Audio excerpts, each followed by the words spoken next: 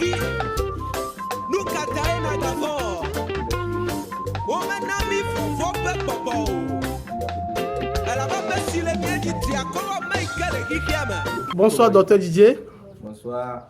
Ce soir, vous vous êtes déplacé pour faire un don à la Fondation Makafui. Qu'est-ce qui a motivé ce geste à l'endroit des orphelins, s'il vous plaît? D'accord. Il faut d'abord rappeler que ce 17 octobre 2025 fait exactement 5 ans que nous avions sorti notre premier projet musical gospel que le Seigneur nous avait inspiré. Et on s'est dit avec l'équipe de DA Ministries qu'on ne devrait pas laisser passer cette date-là. Plutôt que de dire on est en train de faire anniversaire de carrière ou quelque chose comme ça, il faut poser un acte symbolique. Et le Seigneur nous l'a mis à cœur pendant qu'on y réfléchissait, de faire des dons aux orphelins.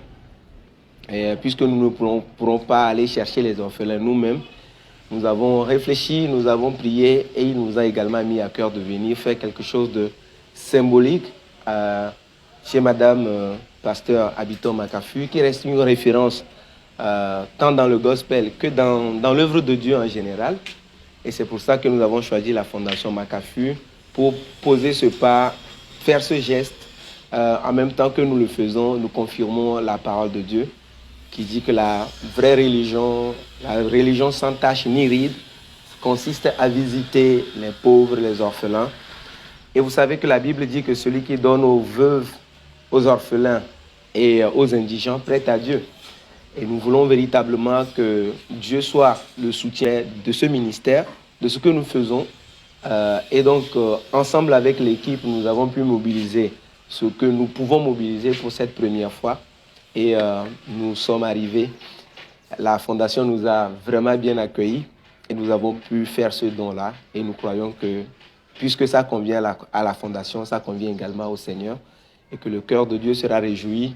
Et comme les responsables de la Fondation l'ont dit, le Seigneur pourra maintenant porter encore plus haut ce que nous sommes en train de faire. Et ce sera une grâce pour chacun de nous, pour le gospel togolais, mais pour le Togo en général. Parce que quand on parle d'orphelins, il n'y a pas que orphelins dans le gospel, dans le corps du Christ, dans les églises, mais les orphelins viennent de partout.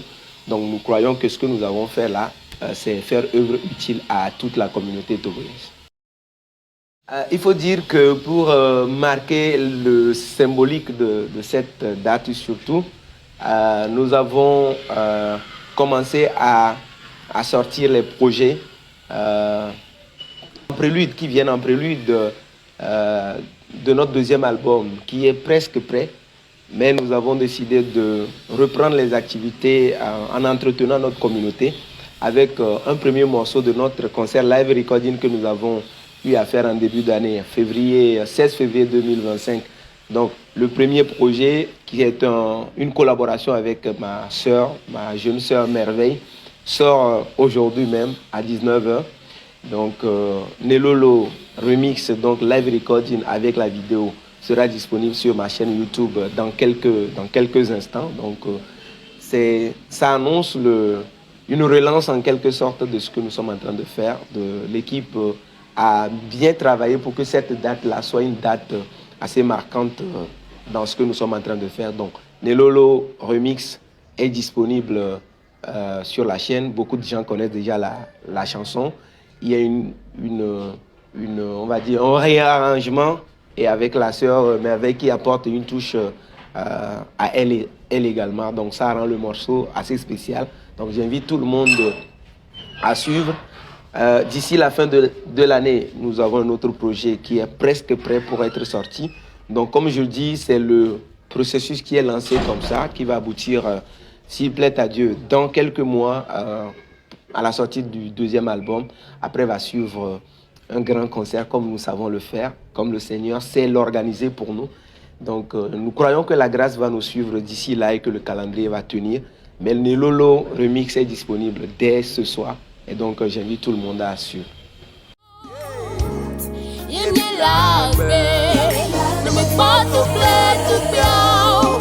Balik le bon poids, ni wono kutwa tuo.